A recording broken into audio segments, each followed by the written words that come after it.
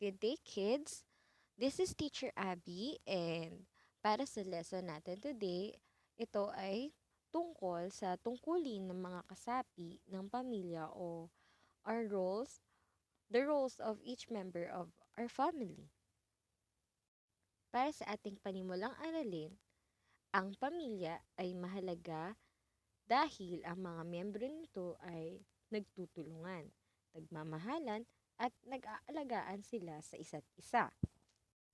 And para sa layunin ng ating lesson for today, importante na naiisa-isa mo ang mga miyembro ng pamilya, natutukoy ang miyembro ng pamilya at nasasabi ang kahalagahan ng pamilya. Ang tanong ngayon ni teacher, ano ang iyong maaaring maitulong sa mga gawaing bahay? O tingnan ang mga larawan. Ano kaya ang ginagawa nila? Tukuyin natin kung ano ang ginagawa ng mga nasa larawan. Sa unang larawan, makikita na nagwawali si ate. Sumunod naman, makikita na si nanay ay nagluluto. Habang sa pangatlong larawan, makikita naman natin na tumutulong magdilig ng halaman si kuya at si tatay naman ay nagkukumpuni.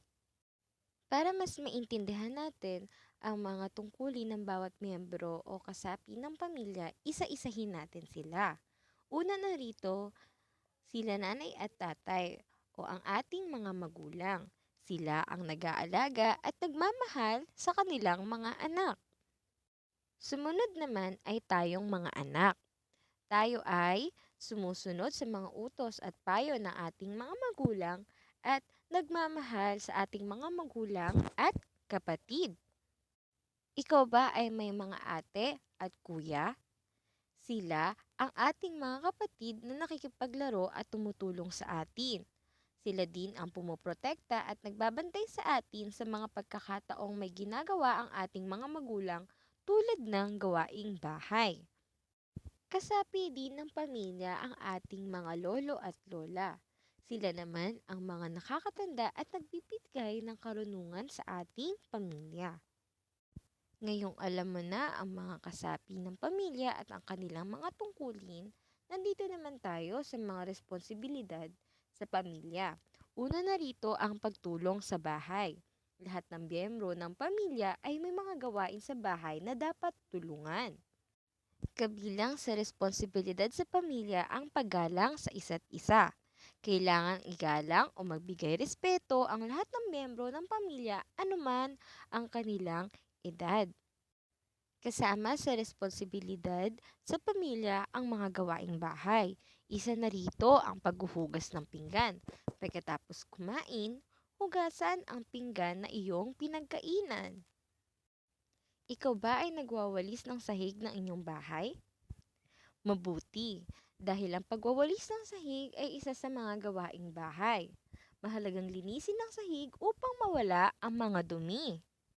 Kasama sa mga gawaing bahay ang paglalaban ng damit. Hugasan ang mga damit upang maging malinis.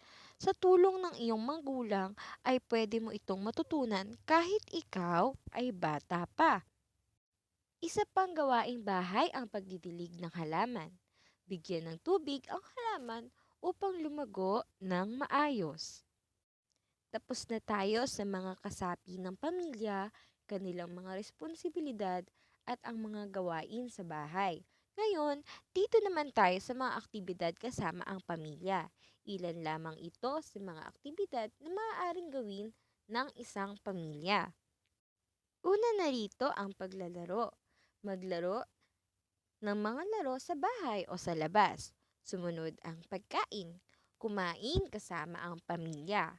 At sumunod ang paglalakad, maglakad-lakad sa parke o sa mall. Ang pagsisimba ay aktibidad din kasama ang pamilya.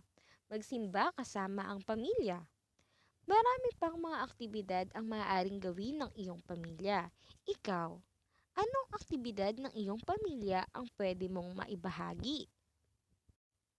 Ang mga aktibidad katulad ng paglalaro, pagkain, pamamasyal o paglalakad sa parke o at ang pagsisimba ay mga mahalagang bahagi ng pagsasama-sama ng pamilya.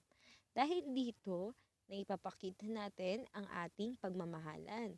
Mas nakikita ang pagmamahalan ng bawat miyembro ng pamilya kung laging sama-sama. May pagtutulungan at higit sa lahat, may pagrespeto sa bawat isa.